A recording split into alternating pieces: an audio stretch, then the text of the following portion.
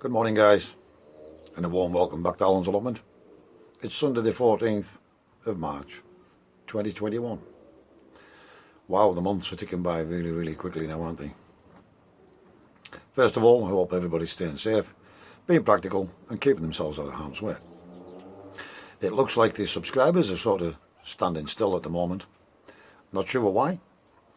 But if you do watch these videos and you do get any benefit out of them guys, I would appreciate you just hitting that little subscribe button down the bottom. Click on the little bell, select all, and that'll alert you every time I put up a new video. It's a mixed channel.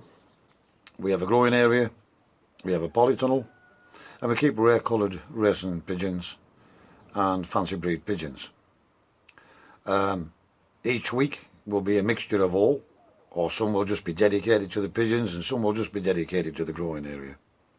It's a no-dig area, and if you look back on the videos you'll see where I went from, brambles, nettles, everything, a right old mess, to what I have today. So if that's something you're interested in, try looking back on some of the old videos, that would be appreciated. And if you like them, give them a like. If you don't like them, give them a don't like. All of that helps with the interaction and helps the channel grow guys. So I would appreciate the likes at least, even if you don't subscribe, or the dislikes, whichever, it's irrelevant. I also appreciate all comments on my videos and I answer every single one. Any that are derogatory, I just remove. And we are starting to get one or two of those now, just people trying to hijack the channel basically guys, and we just delete those. Right, so if you've seen yesterday's video, you'll know that I was a bit depleted with energy and not feeling too well. I'm still not 100% this morning. I'm not sure what it is. I'm just feeling really drained and exhausted. No energy these days. However, what I'm going to do today is get in the stock loft and clean down all the nest boxes and possibly move on to the shed next to that with all the toy and frill stencil pigeons in there and get that one cleaned down as well. And then, depending on how I feel after that, we'll put a bath in the aviary for these birds that's on eggs, and then potentially plant some beetroot and some turnips. And if we get anything else done after that guys, well, that'll be a bonus, but we'll see how far we get down the line. Just having this cup of coffee, and we'll bring you along as we progress. Thanks for watching guys. I'll see you later. Right guys, and there we have it. All cleaned out again, as you can see. And I'm pleased to say some of these yearling cocks stayed put whilst I was scraping out. I don't like cocks that jump off the nest. However, we do have a couple of those that do. This double factor indigo cock is one of them. Every time I go to clean his box he jumps off the eggs.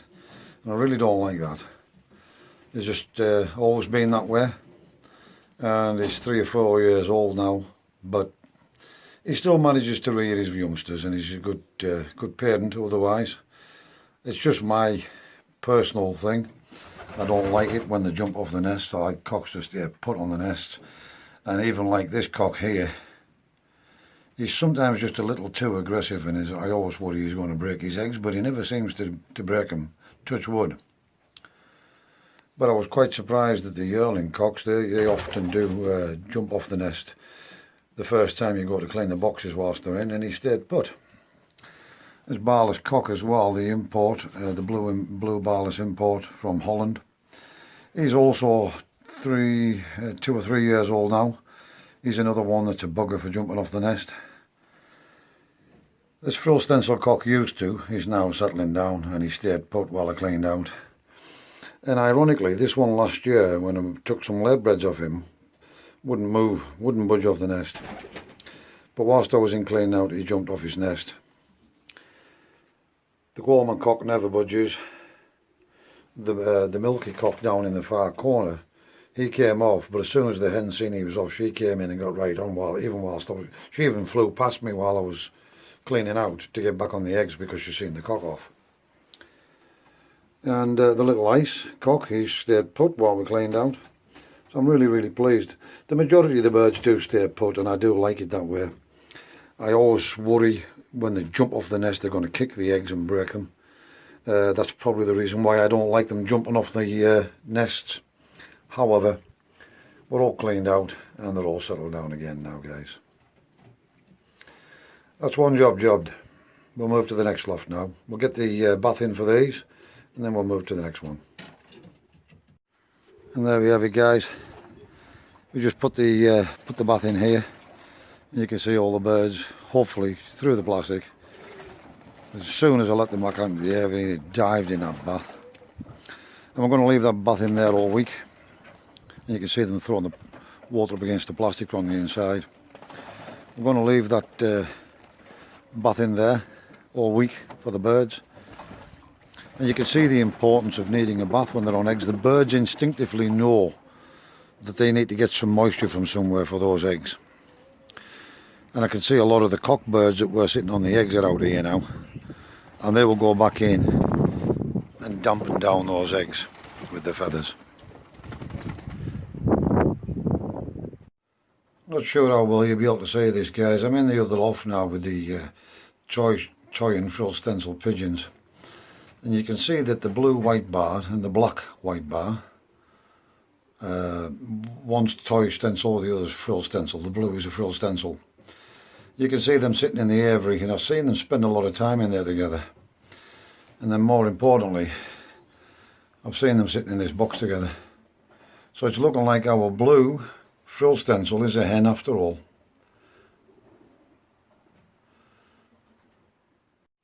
Right, guys, so that was a bit of a surprise. I went to look in there to see how bad the other loft was, whether it needed cleaned it out or not. It doesn't really, but I'm going to do it any road. Little and often, as they say. And while I've got a little bit of energy left, I'm going to go in and clean that one down as well. But my plans are being through all over the place this year. So we put what we thought in there was 6 cocks. And it now transpires, which is a bonus in a way, because now I can go toy to frill straight away with 2 of my youngsters I bred last year.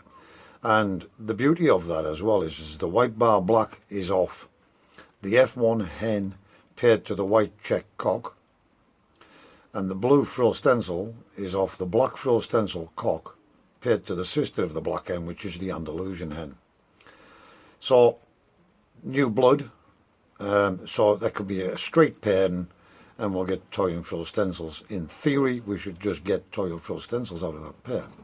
Now, as I said, they're lay breds, and the hen doesn't appear that she's ready for laying or anything like that. However, we haven't opened up the boxes, we haven't put nest balls in for them, we haven't done anything really. But I have seen them sitting in the nest box, and the cock crouching down and calling the hen, and the hen hovering over the top of the cock. So I'm pretty certain now that that blue frill stencil is a hen, which is a massive, massive bonus, because trying to get hold of frill stencil hens, it seems to be really, really difficult. The more I'm thinking about it now, it looks like its nestmate, the Andalusian frill stencil, perhaps could be a hen after all. I'm keeping an eye on that in the other shed, and I'm just watching it. And what we will do is we'll try it and test it to see if it is a hen by bringing it into this shed. Perhaps next weekend now, we'll start introducing hens to these cocks in here, but they still don't seem to have settled on any particular box. So they're still all over the place. Every time I go in, the cocks are in different boxes. So I think maybe we just put some hens in there and maybe get the cocks to start and settle now. Got a rough idea where the frill stencil and toy stencil want to be. So it'd be just a case of putting a nest ball in there and leaving them to it. But they'll probably need locked in the box as well, whilst we'll lock the other ones in the boxes, just so we don't have one pair floating around the loft and flying up and down, and the other one's going mental to get out. We'll go through the same process. So I'm probably going to leave it till next weekend now for to put hens in with those and see how it goes. So instead of having 6 pairs, we'll now have potentially 5 pairs. One of the satinettes, the frilled pied one, it doesn't seem to, I've never found it in a box yet. It used to want the top box all the time, and it got that took off it by another bird, and it still keeps trying to go and do that, and we're 2 weeks down the line now, guys. But maybe we put some hens in there, it might just go to a hen and settle itself down. We'll put the hens in the boxes on the Saturday, and we'll watch which cocks go where, and we'll get an idea of which ones have got a box, and then the odd one will make it take that box. That's the theory. Just going to have this cup of coffee, then I'm going to go out and clean that other shed out, and I'll catch up with you later, guys. Right, guys, we've got the shed finished and cleaned out. We're now in the now in the greenhouse. Polytunnel even. So as I said, our onions are all coming along nice and tickety-boo down here, as you can see. They're really coming along now. And as I say, I've never watered these since the day they were planted. And our lettuces are doing exceptionally well. And likewise, they've never been watered since the day they were put in the seeds. And they're still damp enough. They're actually going to need potted on shortly, maybe next weekend. But all the onions are doing fine. There's still no sign of the tomatoes over there. Like I said, we'll leave it another week or so. If they don't show, we'll plant some more. I've just given this onion bed under here a good watering. It did need it. As you can see, they're all still doing well. And the radishes are starting to show now as well, but I've just given them a good drink as well. See if we do anything at all we get out of there will be a bonus, guys. If we get some, we get some. If we don't, we don't. I've now decided I'm planting me beetroot, and I'm using Bolt Hardy, the traditional one that most people use. And I've got I've got them in each corner of these cells, and there's 15 cells times 4, 60. So we've got 60 beetroot in this little space here, guys. So we're just going to cover those over and get them set off. Then I'm going to drop a few Swedes in. I might just single plant them, or I'll put them in twos and then pot them on, and then until they're ready to go out. I'll see how it goes. See you later, guys. Right, guys, so we've just give the blueberries a bit of a drink, and that chilli, whether or not it'll ever come back or not, I don't know. So we have the 10 tomatoes in there. We've now got 60 beetroot in there. We've got hundreds of onions up. We've approximately 18 to 20, approximately 40 lettuce. And now I've just planted 2 in a pot of the Swede, best of all. So there's 24 beetroot in there, 24 Swede in there, sorry. Ooh, got there in the end. 24 Swede in there. And for now, that's pretty much all I'm doing today, guys. I'll give you a final roundup in the shed. See you later. Right, guys, that's it. Basically, I've had enough. It's 2 PM in the afternoon, and I'm really flagging now. I probably could get a little bit more done up here, but I'm not going to bother. Excuse me. I'm just having this cup of coffee, and then I'm going to make my way down home.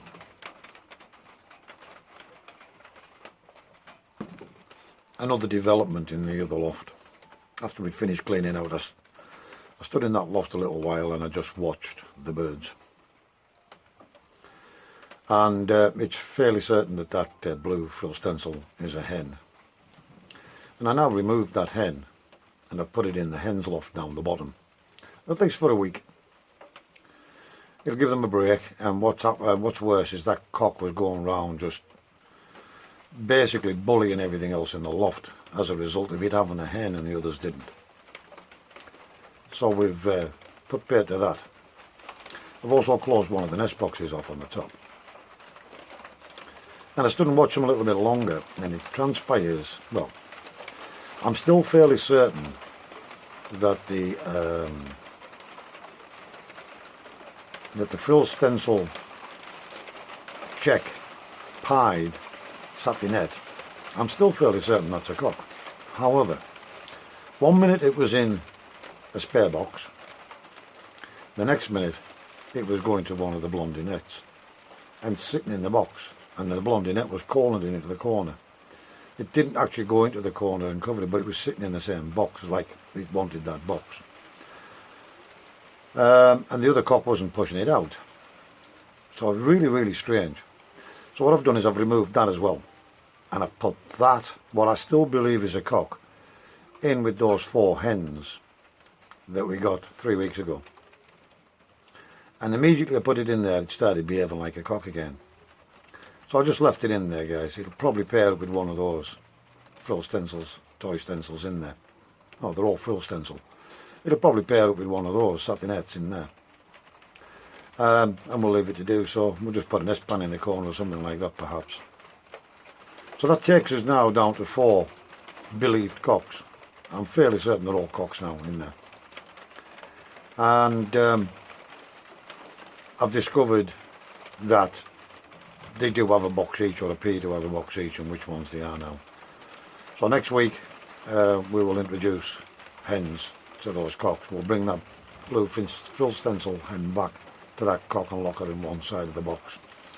And we'll do the same with the other 3, with which I believe is their boxes and the hens I want to go with them. So that's the plans for next weekend, guys. We'll see how that pans out. It opened up from the high heavens, as you could hear while I was in the Polytunnel, but at least I've got the beetroot and the swede in now. You'll notice I don't plant thousands of seeds, and that's because there's no need. There's only the 2 of us, and even some of those will possibly be surplus. We'll give them away. There's a guy just started down in the next allotment down there from me, put himself a little greenhouse up, and he started putting some fruit trees in, one thing or another. So if he struggles with anything and I have it, he can have the spares that I end up with. Ultimately, with the turnips, I'm looking to have about 12. That'll do me, but I've put 24 in because you never know if you don't get the germination. The lettuces, I've got way too many, but we'll use some of those. And again, we'll give the surplus away if they're required anywhere else. The onions we'll always eat, and I'll find room for them somewhere. As you know, some of those will be just grown in clumps as spring onions, and we'll thin some out to grow big onions. For now, guys, I've had enough. Hope you've enjoyed today's little video. Wherever you are in the world, please stay safe, be practical, keep yourselves out of harm's way, and we'll see you in the next video. Thanks for watching, guys.